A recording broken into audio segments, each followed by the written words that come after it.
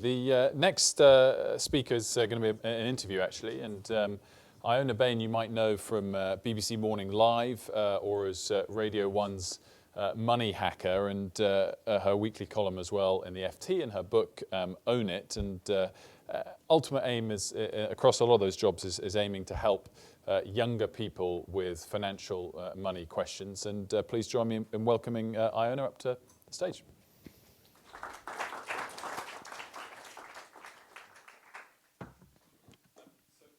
This question in sort of broad terms, Iona, was just what younger people in general tends to be their kind of chief money or financial fear at the moment, an issue they face. Well, let's split that into two categories. So I would say the first category is the acute money worries. So obviously right now we have the cost of living crisis. Even though we have the energy price guarantee, we're still seeing energy bills double compared to last year. And whilst we've got a tight labour market, wages in many sectors that employ younger people are starting from a relatively low base. And also, I mean, we've been touching on some of these issues already this morning. Actually, a surprising number of younger workers that are not in the labour market at the moment due to chronic ill health, whether that's physical illness or mental health problems. And also the tax burden is likely to rise. We've got the autumn statement coming on Thursday. I don't think it'll be a surprise to anybody here to see taxes, mostly for the working population, go up.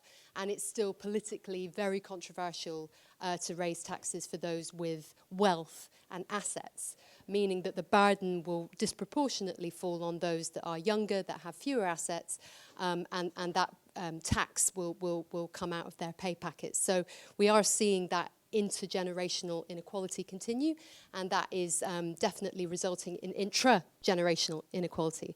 The way that I discuss it is that it's not so much a difference between the haves and the have-nots. I think a lot of the issues that affect younger people is that key difference between the have-helps and the have-no-helps. So many younger people now having to rely on their family in order to get on the housing ladder and get on in life generally, and those younger people who can't rely on their family are at a significant disadvantage. So I'd say those are the acute problems, and then the chronic problems are, of course, our housing crisis, childcare crisis, in that younger people are actively delaying having children and starting families because they're very conscious of the cost of childcare. And something that might come as a surprise to a lot of you is that actually young people are very aware that they are probably not saving enough for their retirement, but they also fear that there's not very much that they can do about that.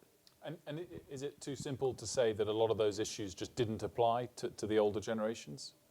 I think that a key difference between the generations here is expectations. And actually, I mean, now that I am in my 30s, I've been writing about young people now for 11 years. So when I started, I was very much in the youngest cohort within society, the millennial cohort. Now, of course, I've had to come to terms with the fact that there are, in fact, younger people than me, which has come as a dreadful shock. So therefore, you have to distinguish between the millennial generation and Gen Z. And I think, broadly speaking, and I'm maybe saying this because this supports my own interest, but millennials are still considered young people or youngish people, hence why I rebranded my blog recently as Youngish Money. In that generation, I think that the key problem is that we had very high expectations set by the baby boomer generation, for whom, you know, there was this housing windfall caused by, you know, rising property prices, the fact that pensions were relatively secure for that generation. I think sometimes that issue is maybe overstated. I think maybe we think that every single baby boomer out there is sat on a gold-plated final salary pension, which is not quite the case, but certainly compared to the younger generations, their retirement prospects are more comfortable. And there was that sort of feeling that if you worked hard, you went to university, you got a good job, you would be sorted. You would be on a kind of, you know, one-way route to prosperity through your life. And actually millennials have had those expectations dashed, and they feel very disappointed. They're getting on with things. But actually Generation Z that are coming through now, they have zero expectations. They're used to permacrisis. That was the Collins word of the dictionary last week, Collins word of the year last week, because that really carries characterises young people's finances now. When I say young people, I mean the youngest generation. They're used to that perma-crisis. They're used to things, you know, happening that are completely unexpected. They're used to having to adapt, to not take anything for granted, and to maybe try and, you know, be as flexible and dynamic as possible in terms of their working life. And I think that that's a cause for optimism, actually, because maybe that generation will prove to be a bit more resilient and resourceful than millennials have done. Well, and you mentioned in your first answer as well that you feel that young people are very aware of the issues. Is it just a sort of sense of at the moment there's nothing they can do about it? I mean, interest rates going up, I guess, is one offset to the short-term problem. But what are their options and what are the thought processes they're having? Well, it's interesting you mentioned that about rising interest rates. I think, of course, it is a double-edged sword, and it very much depends on whether you owe money or whether you own money. And if you owe money, then rising interest rates is a problem that we haven't really grappled with yet. There's so much focus in the media about what the impact will be on mortgage owners, rightfully so, and that does affect quite a number of people in the millennial demographic, but actually the huge numbers of people out there that are have credit card debt, that are, you know, dipping into their overdraft and so on. The coming interest rate rises for that group are going to be very painful. The end of cheap money is going to be a real adjustment for them, as will be the end of easy returns in the stock market. So a particular trend over the past 10 years, which has been really interesting, is the Financial Independence Retire Early movement, or FIRE. That's been predicated on rising returns in the stock market, the fact that you could use exchange-traded funds to easily track the stock market. Well, you know, that's been a pretty winning strategy up to now because of the success of tech firms in the US and so on. That's all coming to an end. So it's not going to be as easy for young people to make those returns in the stock market to compensate for interest rates having been so low. And unfortunately, young people, generally speaking, haven't really been in the savings habit. And that's because we have really diminished saving in our society. We have really, you know, pushed it further down the priority order for younger people. And therefore, I think the biggest question will be, how do we get younger people back into the savings habit so they can build their financial resilience, so they're less reliant on debt, and therefore they can build their resources to make the most of their longer lives and enjoy those longer lives, rather than feeling that when they get to their 80s and 90s, it's going to be an ordeal. Do you think the younger generation is ready to work for more years, or is that going to be another issue that's sort of rather unfair on them compared to the older generation? I don't necessarily think so. And actually, I take issue with the pensions industry sometimes in how it frames the issue with pensions, which is that we're not saving enough for retirement, and the only answer is to put more into our pensions.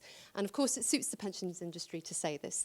My fear is that this is underestimating young people's appetite and ability to work for longer in retirement, especially when you look at the types of jobs that younger people do now. Of course, it really depends on what sector you work in, but I think about, you know, those in white-collar jobs, and the fact that as well, post-pandemic, there's a much greater emphasis on a better work-life balance, on perhaps, you know, working more from home, on having more time for family, on having more time for the things in life that we know contribute to health and happiness. That it isn't just about, you know, working all the hours God sends, you know, coat on the back of the jacket, and burning out at 40.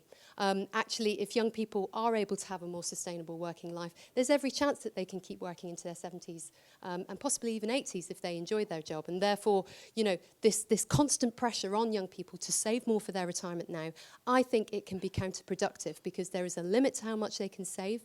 They need to have their own house actually in retirement, because as things stand, otherwise they will be paying rent in retirement, which will be a huge strain on their pension. They actually need a bigger pension fund if they're saving, if they're still renting in retirement, compared to if they own their own home. So we need a much more practical understanding of the issues that face younger people today, understand that it will take longer for them to save for their own home, that once they do so, if they have the chance to then pay down that mortgage, they will be more secure in retirement, and that will give them a good basis to continue working or not. But the main thing is that young people need to be informed about how much they save for retirement. And that doesn't necessarily mean the kinds of frankly ridiculous targets that have been pushed out by the pensions industry at some stages. You know, I've often seen this idea of somebody in there, you know, who's 30 years old saving 15% of their salary. I'm sorry, I just don't think that is realistic for a lot of 30-year-olds out there. It's got to be about the art of the doable. It's got to be about encouraging younger people as they earn more, as they go through their career, to catch up as well. I know there's a limit to how much you can do that, but we just have to be realistic about what younger people can save and how they can balance saving for retirement with the other things that I think long-term will make a big difference too. And just finally, quickly, are there products out there that you recommend that kind of strike the balance of sensible but return, or is there an opportunity for someone to offer that sort of product? Well, I think we need to have savings safety nets in the workplace as standard. There's been some really great work that's been done by Money and Pension Service. They've been studying payroll saving schemes. There was one that was run by Leeds City Council and NHS York in association with Leeds Credit Union, and they found that actually this really boosted saving, particularly among lower earners and younger people, building their resilience. And the way that worked was to offer an attractive prize draw, give younger people incentives to save money, and also have people in the workforce championing that saving scheme. So I would love to see that rolled out right across the workforce. Affordable borrowing options, that's why I'm a huge advocate of credit unions. A focus on just-in-time targeted financial education as well. I think it's amazing seeing some of the work that's done by charities like My Bank. They run survival money management workshops which cut participants' debts by an average of 60%, as opposed to the control group that wasn't in the workshop where their debts grew by 50%. I think that's an example of how reaching young people at that pivotal moment when they might go into debt and start on this negative spiral of borrowing more and more money and reducing their options to save for the future, really targeting young people before they get into that negative spiral and encouraging them instead to understand how debt works, to try and save more money and therefore create that virtuous positive circle. I think that's entirely possible, and I think we just need to be thinking much more smartly about how we can reach those younger people. Iona Bain, thanks so much.